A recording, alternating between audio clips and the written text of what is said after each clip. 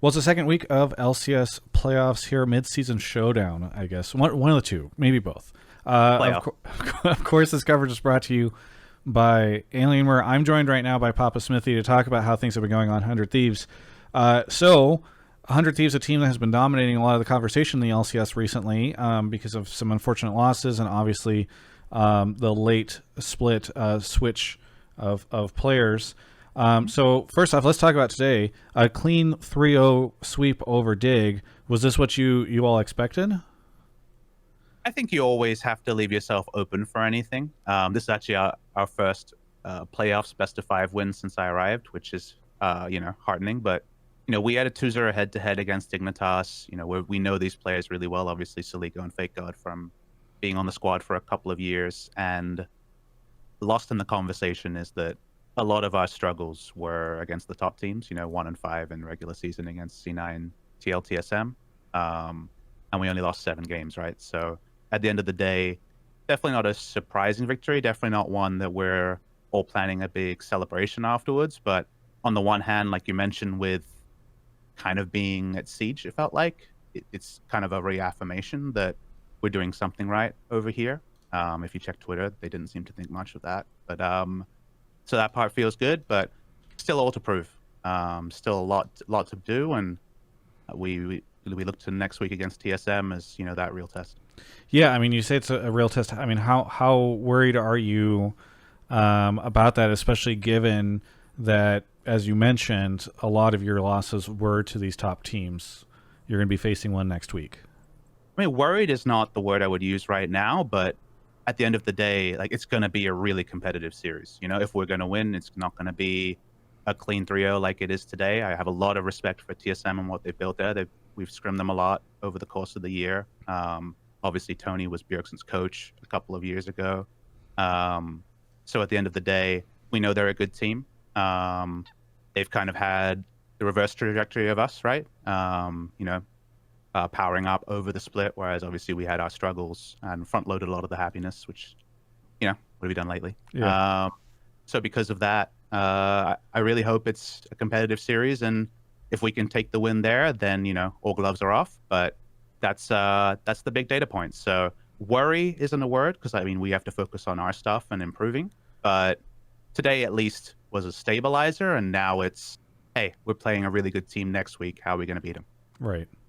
Well, John Robinson, president and COO of 100 Thieves, just for those that are unfamiliar, he tweeted after the match, "We expect to be top 4 going into this year. Great to see us execute today and move on in playoffs. Congrats to the team, etc." So given that the expectation was top 4, do you feel like today allows you to say that, at least for spring, you guys hit the target, and now I obviously hope to surpass that, but was this the target? Do you feel like you've hit it? I think there's so many targets that are like cold, like this is the finish, anything below. There's like emotional stuff, right? There's the fans being on your side. Like, it's such a complicated question. What I will say is that not being top 4 would be a real big disappointment, but the manner in which we stumbled so much trying to find ourselves and then beat Dignitas 3-0, like, this is not the point where I'm like, like, joke's on you, we had it all solved. Like, at the end of the day, roster changes and every change I make, we make, right? Like, at the end of the day, I know people think it's all me, but very little of it is a Papa choice. But all decisions that were made together were with the goal of winning best of 5s against great teams. Like, that's, if you're not first in spring, then what are you doing, right? Like, you need to work on that, because at the end of the day, we look at Worlds as our goal. Top 4 is obviously very close to Worlds. Top 3 go through to Worlds. But the head-to-head between the top teams, that winning a best of 5 against TSM, like, that would kind of be the glimmer we're looking for, as a start when it comes to a successful spring. And at the end of the day, yes, we're top 4. We thought we would be at least top 4, but kind of like the business starts here. Right. It's not a joyous occasion. You referenced some of the changes and said, as much as people expect it's you, it's not entirely you. This kind of goes back to something that we were talking about on Hotline League this week. Mark and I both said that we kind of felt like this Ryoma versus Monte thing was a bit of a red herring, given that a lot of the issues, other analysts have said this as well, a lot of the 100 Thieves issues in your losses have not necessarily felt like, well, if only they just had a different mid laner. And also I think a lot of fans have thrown a lot of criticism at you and at Zix as the reasons for this. We're the faces of the team, right? Like, if they're going to throw criticism, it should be to us. Well, and that's to my point here is, I get you guys want to be the tanks on this, but in some of my conversations with the players and interviews, it feels as though this was a general consensus within the team. And so getting you don't want to throw your players under the bus, I'm kind of curious if you can chime in on, like, was this something, how much of this was you and Zix unilaterally versus how much of this was something that was born out of a general conversation with many members of the team? I mean, I think putting percentages on it and things like this, like a fraction, could we do a fraction? I'm just kidding. I get, but like, what I think fans don't appreciate is that you make a roster change, right? And it's not cut and dry. Like, it wasn't a, this guy's out forever, this guy's in forever. It was, like we mentioned, just a tryout. We had a lot of issues in practice and on stage at the time. Our quality of wins, we were 8-4, but our quality of wins was not where we wanted it to be. It was one of those things where it's like, we're 8-4, but as our analysts have said, it could have been 4-8. It could have been all over the place. Even from kind of week 1-2 of regular season, it was like, we're holding on to beat COG without Broxer, and it's like, I'm not tweeting like ecstatic about that at the end. Like, that's a really big disappointment for where our goals are. So obviously there were multiple issues around that, and you spend time trying to diagnose it. You don't make a snap decision. Obviously the fans only see when it's executed, but you try to consider like all of the angles there. And I think the things the fans don't see is, for example, this, like, did you consult the players or not? Like, let's say I did the statement we did, and it's like, hey, by the way, we did this, we did this, we did this. Like, I show all the work, every single thing we did exhaustively. Isn't that just really dog to a player that I care a lot about, and Monte, who's still on our team, who's still competing for the spot? Like, at that point, it's, if he's ever subbed back in, he's like, well, like, these old guys said this, and then this happened, and then, like, even this person's against me. Like, that's not a correct process, Like, that's not something you can do. You can't sell out your own players. And that's why if I have to be the Trojan horse that goes in the front and takes all of it and allows the players to focus on their stuff, then that's what I'll do every time. I think Inero does it really well as well, where he tries to wear as much as he can. And I think you have to do that. So, that's the role I'm in. And I mean, the only personal kind of struggle I have is I've built my career on integrity. I stood up to Riot in 2016 for caster rates. Like, I don't think I'm a duplicitous person. So benefit of the doubt is always swingy.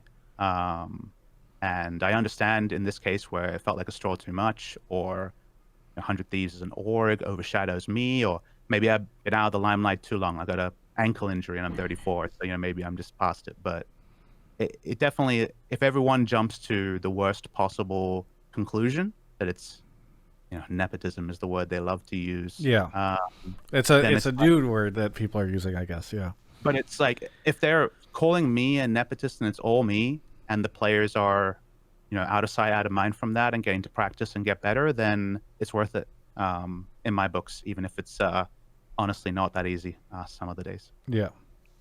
I totally understand what you mean as you're kind of explaining the process and how you approach this stuff. I will say that it was a multi-week process, and a lot of different things were diagnosed, and we didn't think that we had solved all the team's issues with any one change. And there'd been changes in approach, changes in drafting. There'd been a full process. And then a trial started from there. And then obviously the story kind of went the direction it did, and I have to appreciate that. But at the end of the day, we have to make every decision to finish top 3. And if we're not doing that, then we're doing everybody a disservice, even if a decision might be unpopular. So in the interview that I just saw FBI do with Tigris, I think he was expressing satisfaction with Ryoma, felt like he'd grown a ton, done all this stuff. Obviously, there's a decent amount of DeMonte fans out there, and so I guess one of the questions is, like, fans probably want to know if there's a chance that we're going to see Monte back again. Because if not, it's like, does he end up playing an academy during the summer? Is there an attempt for him to be on another LCS team if people do want to see him in LCS? So I don't know to what extent you feel comfortable speaking to his future, or perhaps even if we're not talking specifically about Monte, just how solidified you are on this lineup of 5 players. I think that's always hard to commit to, both from like a competitive integrity standpoint. Like, it'd be great if we can surprise with a roster change, 24 hours before the game or something. But I don't want to like lead people on, or it feels weird to say that. But I think it's just esports is a weird space compared to traditional sports where like you can sub someone out, like, oh, this guy didn't pull up well in training today, so this other guy's playing, and everyone's like, oh yeah, that makes sense. But in esports, it's always a bigger thing where it's like, well, there had to have been an explosion for there to be a roster change. Yeah. And then I don't know what to do about that. I think that's just the reality, because branding, and we're all online, with the same, we watch on the streams, we all chat in the same Twitch chat, there's no separation. I think that's just the way it has to be. Well, and there's just less roster changes in esports, I feel like, especially in League. So like when you do see something like this, it feels extreme, And I would love for it to be more normalized, but maybe that's not real. I don't have all the answers. I never will pretend that I do. But, Tanner is scrimming with the academy team. Our academy team is a really good academy team. If anything changes, if we see anything, or if we feel like we need to bring him in, like, Tanner is a wonderful human. He has some of the best intangibles you'll ever get out of a player. And he's already been effective with these 4 players, and 3 of them last year and 4 of them this year. So there's no hesitation to bring him in if that's what we deem best. But I don't want to sit here and get anyone excited. At the end of the day, we did 3-0. We haven't made top 4. So we're going to go into scrims on Tuesday, with Ryoma, and what happens from there happens from there. Very good. Well, I do appreciate the transparency as much as you feel you can provide. Is there anything you want to say to any of the 100t's fans, especially now that you've placed top 4 and you've got an exciting match ahead of you next week? I'm sorry that I couldn't. I feel like there were a lot of times this season where I wasn't able to reach our fans, and I think part of that is because I had such high expectations of what this team was pound for pound, and after lock-in, it was always, okay, we need to improve. So I never wanted to be like, rah, rah, because then people would be like, but it wasn't that clean. And I'd be like, yeah, I noticed, And I've tried to link with my coaches. We have a strategy and analytics department. We have a big department here is trying to audit what we're doing, what the enemy is doing, and try to get better from that. And we haven't nailed it every time, and I would never represent that we have, but the process is something that we look back on and we understand why we made the changes we did, irrespective of losses. And I know that doesn't matter. And if we lose, I accept any flame sent this way, but I hope we can find ways to connect with you guys better, bring you guys in. I think the Heist with the group interviews has done a good job of bringing in the vibe, but it really is only the player vibe. And the vibes here are good, and we know what our goal is. And at the end of the day, we take on TSM. What happens from that happens from that, and then we reload for 2021 summer when we're eliminated. So at the end of the day, we're still, targeting as high a placing as possible, but day by day.